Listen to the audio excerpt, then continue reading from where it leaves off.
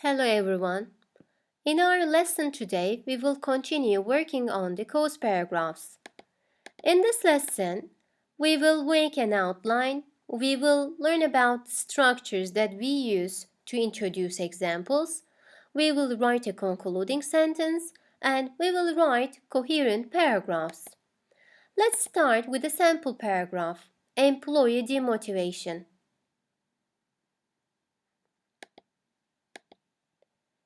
Employees lose their motivation at work for a number of reasons. First, feeling undervalued at work is a major factor that causes employees to lose their motivation. Employees want to be recognized or rewarded for their contributions to work. If they are not appreciated by their boss or coworkers, their productivity is likely to decrease. Another factor in employee demotivation is low self-confidence. Employees with low self-confidence are less likely to take risks due to the fear of not succeeding. Therefore, they tend to deal with less risky tasks which will eventually be exhausting and lead to loss of motivation.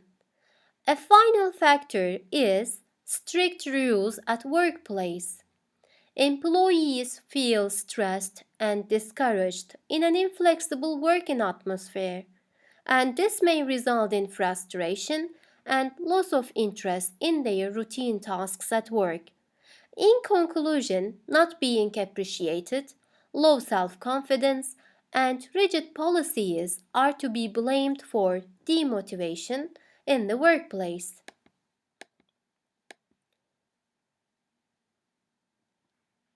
Here, each sentence in the paragraph is numbered, and as you see, there are some headings, and these headings signal the sections of the paragraph.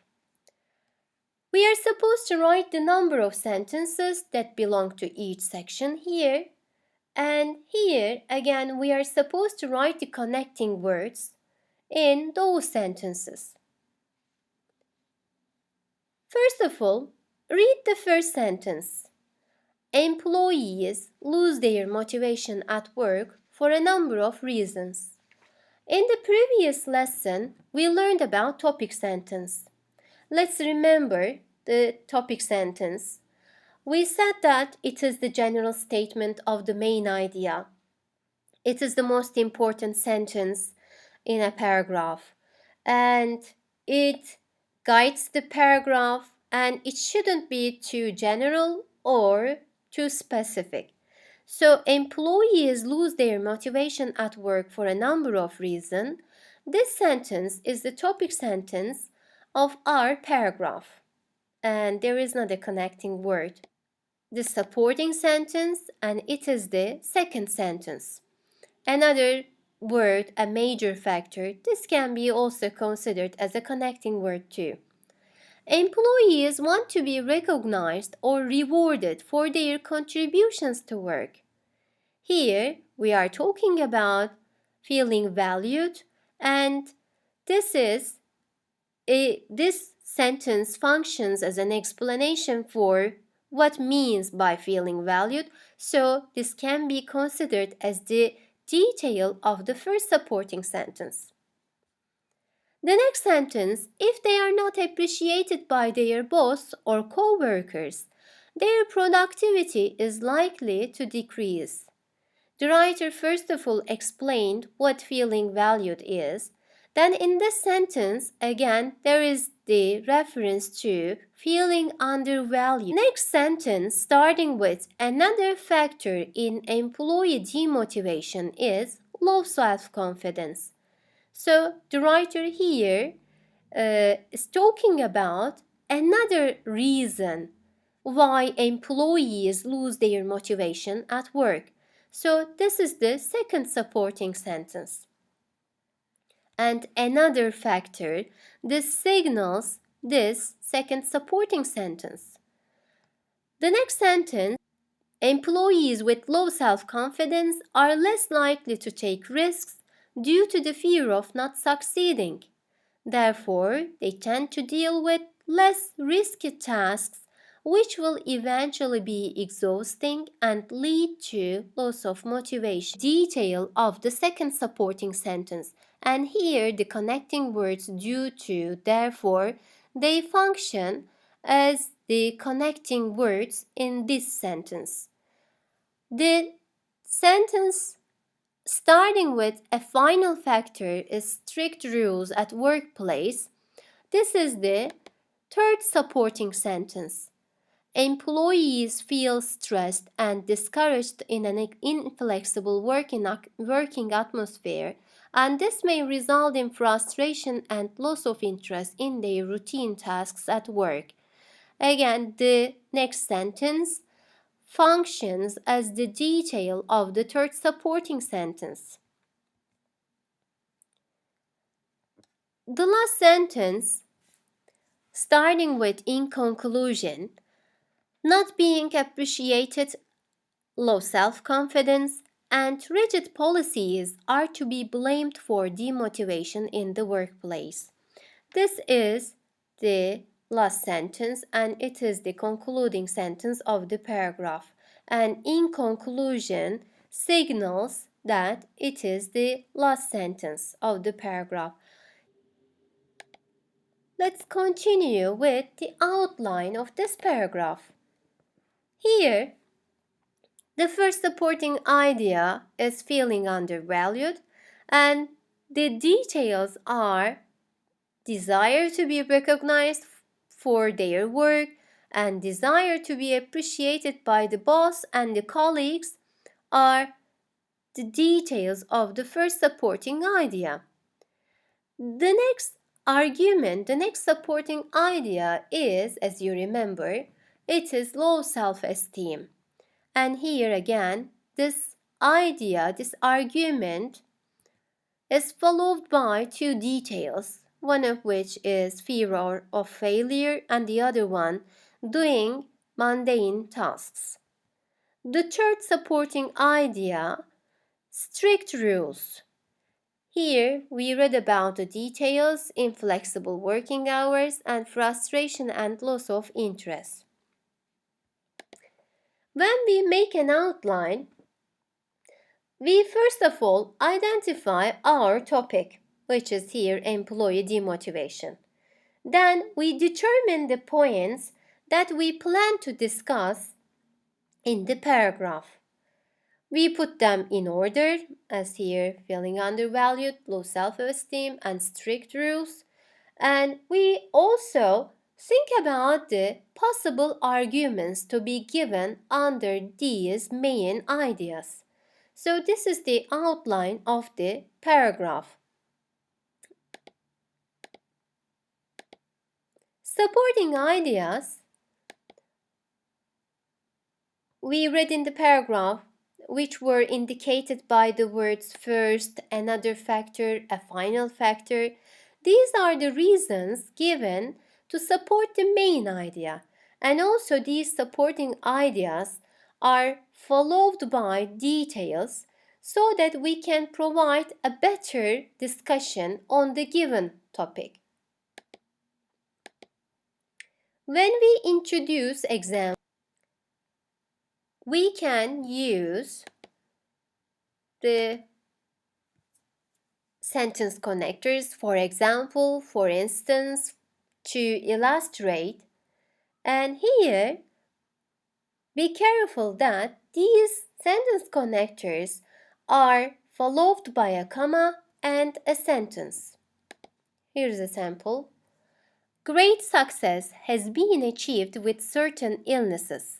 For example, the eradication of smallpox was one of the most significant accomplishments of the 20th century. So mind that a comma and a sentence follow these sentence connectors, which we use to introduce examples. It's also possible to use the following words here, such as like, to introduce examples. Mind that a general noun comes just before them and a list of items follow. Here, an example again. Countries such as Sweden have a long record of welcoming refugees from all over the world. Continue with the concluding sentence. It is the last sentence of the paragraph. And this sentence starts with a transition signal, like in short, all in all. It summarizes the main points or it restates the topic sentence.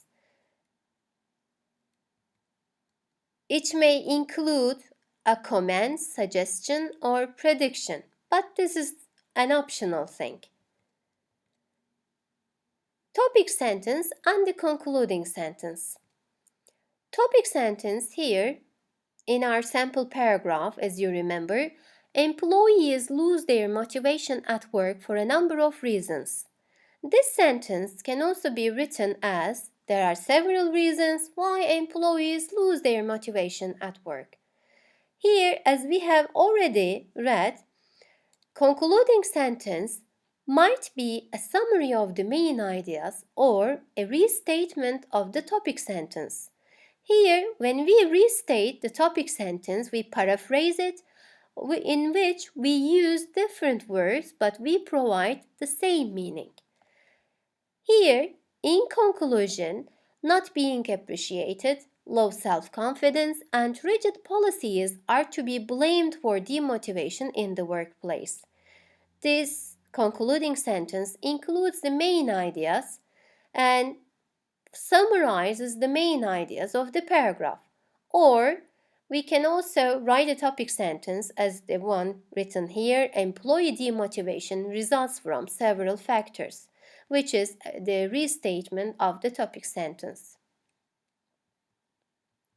Phrases to signal concluding sentence. In short, in brief, in conclusion, all in all, to sum up, to summarize, to conclude, all things considered, shortly, briefly, in summary. These are the phrases we use to signal the concluding sentence. Write the concluding sentences for the topic sentences below. Studying at a good university is beneficial for students in many ways. How could we rewrite this topic sentence? To conclude, let's start with the signal word first. To conclude, a good university is a big chance for students because of its benefits. This is the restatement of the given topic sentence. Another example here, many students feel that learning to write is a useless and time-consuming task. Again, we can rewrite the topic sentence, and our concluding sentence might be, to sum up, learning to write is a waste of time and an unnecessary task for a number of students. Instead of useless and time-consuming, I can write these phrases, a waste of time, an unnecessary task, so the sentence still means the same thing. We start our topic sentence when we write a cause paragraph for several reasons, for a number of reasons, etc. Then this topic sentence is followed by the first supporting idea, which might be indicated by first of all, first, etc. Then this supporting sentence, of course, is followed by its details. There might be examples, there might be explanations, etc. And we continue with second supporting idea. We can again add a third supporting idea, and finally we rewrite our topic sentence, or we may summarize the main ideas. Writing coherent paragraphs.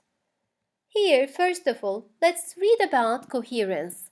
Coherence is one of the important parts of effective writing. When the relationship between sentences is clear, we can say that it is coherent. It is a coherent paragraph. In other words, a paragraph is said to have coherence when the topic sentence, the supporting sentences, the supporting details, and the concluding sentence cohere or stick together. Okay.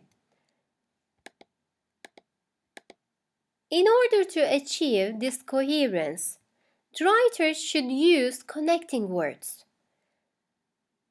The writer should arrange the sentences in a clear order.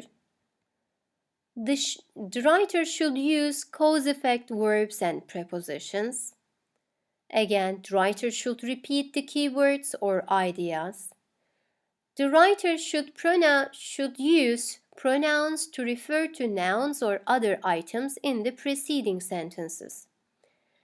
These are the points that a writer should consider in order to achieve coherence in his or her paragraph. This is an example from your book.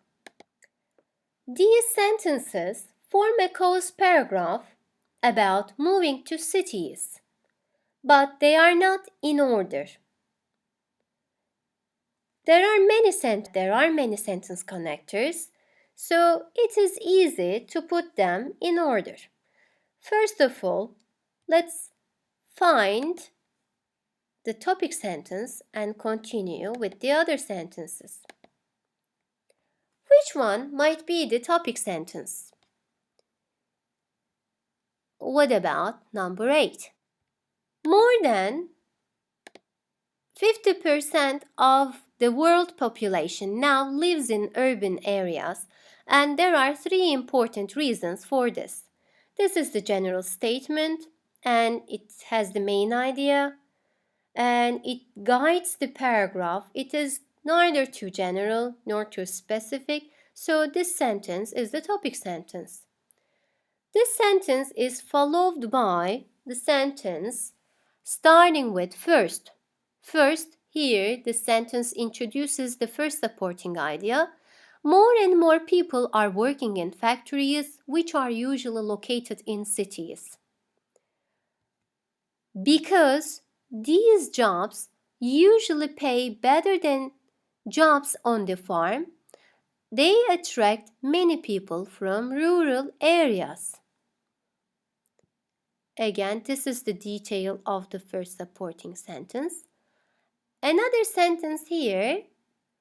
In addition, the best schools are in cities. This is the second supporting idea. Most parents are very concerned about their children's education. So there is the reference to the previous sentence, to the second supporting idea. And the sixth sentence, starting with thus, many families leave farming communities to make sure their children are educated well. So these 3 sentences are about schools and education. So this is the second supporting idea, and there are the details provided. The next supporting idea starts with the word finally. As cities grow, people establish places of leisure, entertainment, and culture. For example, the sentence is followed by an example. All cities have facilities like sports stadiums, theaters, and museums. So, this is about the third supporting idea. For many people, these facilities make city life more interesting than life on the farm. And finally, in short, people are attracted to cities because of higher paying jobs, better schools, and a greater variety of activities. In the last sentence, we read about the main ideas. We read the summary of the paragraph. So this is a coherent paragraph, and the sentences are in order, are put in order. There are some important points to remember in academic writing. Be careful about capitalization and punctuation. Avoid contractions. Use formal expressions, don't use spoken expressions. Prefer formal vocabulary. Make use of the passive voice. So Here, these are the reminders in academic writing. Please pay attention to these points. This is the end of the lesson. Thank you for listening.